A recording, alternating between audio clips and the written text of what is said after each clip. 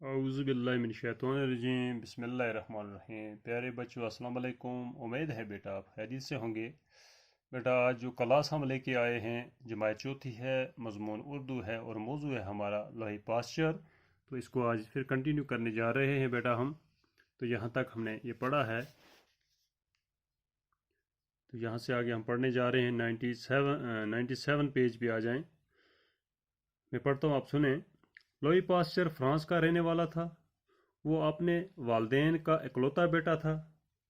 Posture کے باپ کی تمنا تھی کہ اس کا بیٹا کالج میں پروفیسر ہو جائے۔ پاسچر کو اسکول میں داخل کیا گیا۔ تعلیم حاصل کرنے کے بعد اس نے پیرس یونیورسٹی میں داخلہ لیا۔ 20 برس کی عمر میں پاسچر نے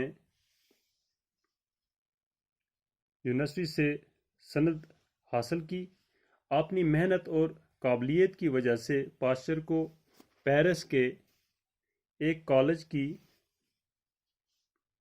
تجربہ گاہ میں نوکری ملی۔ یہاں پاسچر کو نت نئے تجربے کرنے کا موقع ملا۔ یہاں وہ کتابیں پڑھتا رہا اور نئی نئی چیزیں معلوم کرنے میں جٹ گیا۔ پاسچر نے مسلسل محنت کی، اس طرح وہ نئی چیزیں دریافت کرنے میں کامیاب ہوا۔ کامیابی نے اس کے سامنے ترقی کے راستے کھول دیے۔ اسے پیرس کے ہی ایک کالج میں پروفیسر مقرر کیا گیا۔ یہ وہ وقت تھا جب سائنسدان اس بات کی تحقیق کر رہے تھے کہ دودھ کیسے دہی میں تبدیل ہوتا ہے،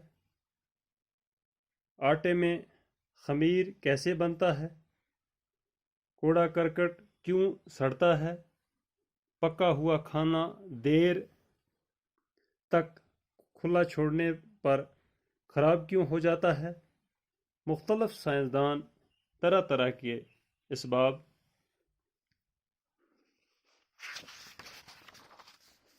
بیان کر رہے تھے۔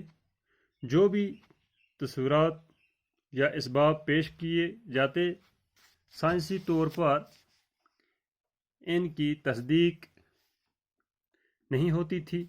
پاسچر نے بھی ان تبدیلیوں پر غور کرنا شروع کیا۔ انہی دنوں اس کی منگنی ہوئی، شادی کی تاریخ مقرر کی گئی، لیکن پاسچر اپنے کام میں مشغول رہا۔ وہ اپنے دھن کا پکا تھا۔ اس کے شوق اور تحقیق کے جذبے کا عالم یہ تھا کہ وہ اکثر کھانا پینا بھول جاتا تھا، یہاں تک کہ اسے اپنی شادی کی تاریخ بھی یاد نہ رہی۔ تو بیٹا یہاں ہی روک لیتے ہیں آج اس کو، کیونکہ یہ لیسن تھوڑا بڑا ہے، اس لیے ہم اس کو یہاں روکتے ہیں۔ تو بیٹا آپ دھیان دے دیں۔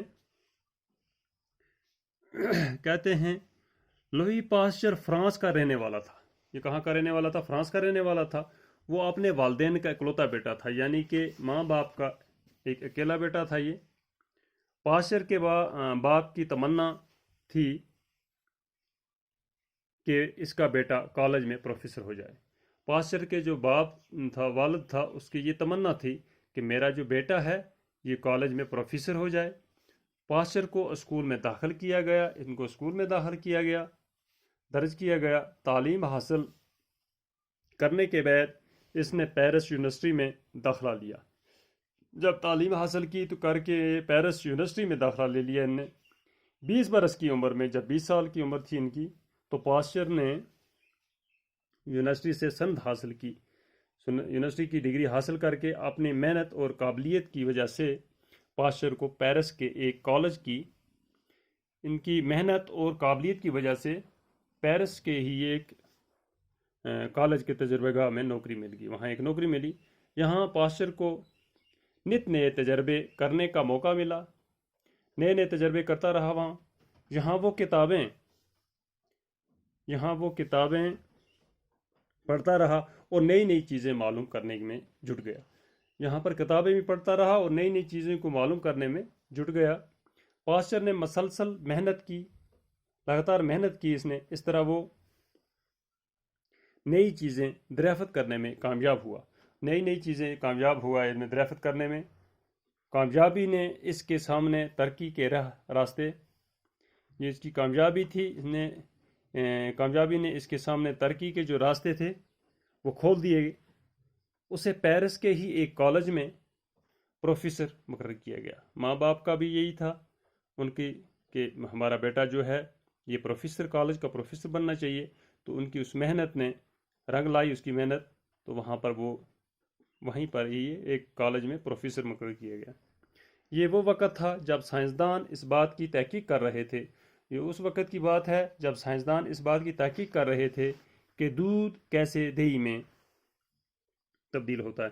کہتے تھے کہ یہ اس وقت کا ٹائم تھا جب سائنسدان اس چیز میں جٹے ہوئے تھے کہ یہ دودھ ہے یہ کیسے دہی میں تبدیل ہو جاتا ہے، آٹے میں خمیر کیسے بنتا ہے، اور آٹے میں خمیر کیسے بنتا ہے، کوڑا کرکٹ کیوں سڑتا ہے، کوڑا کرکٹ جو ہے یہ سڑتا کیوں ہے، پکا ہوا کھانا، جو کھانا پک کے دیر تک کھلا رہتا ہے، چھوڑنے پر خراب کیوں ہو جاتا ہے، اس کی بھی تحقیق کر رہے تھے۔ مختلف سائنسدان طرح طرح کے اسباب، بہت سارے سائنسدان طرح طرح کے ان اسباب کو کیا کر رہے تھے، بیان کر رہے تھے۔ جو بھی تصورات یا اسباب پیش کیے جاتے تھے سائنسی طور پر ان کی تصدیق نہیں ہوتی تھی۔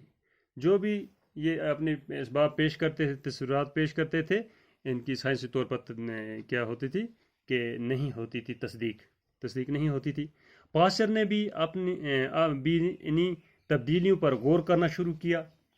انہی دنوں اس کی ایک منگنی ہوئی اور شادی کی تاریخ مقرر کی گئی۔ اس کی اب شادی بیاہ کی تاریخ مقرر کی گئی، لیکن پاسچر اپنے کام میں مشغول رہا، یا اپنے کام میں ہی لگا رہا، وہ اپنے دھن کا پکا تھا۔ اس کے شوق اور تحقیق کے جذبے کا عالم یہ تھا کہ وہ اکثر کھانا پینا بھول جاتے تھے۔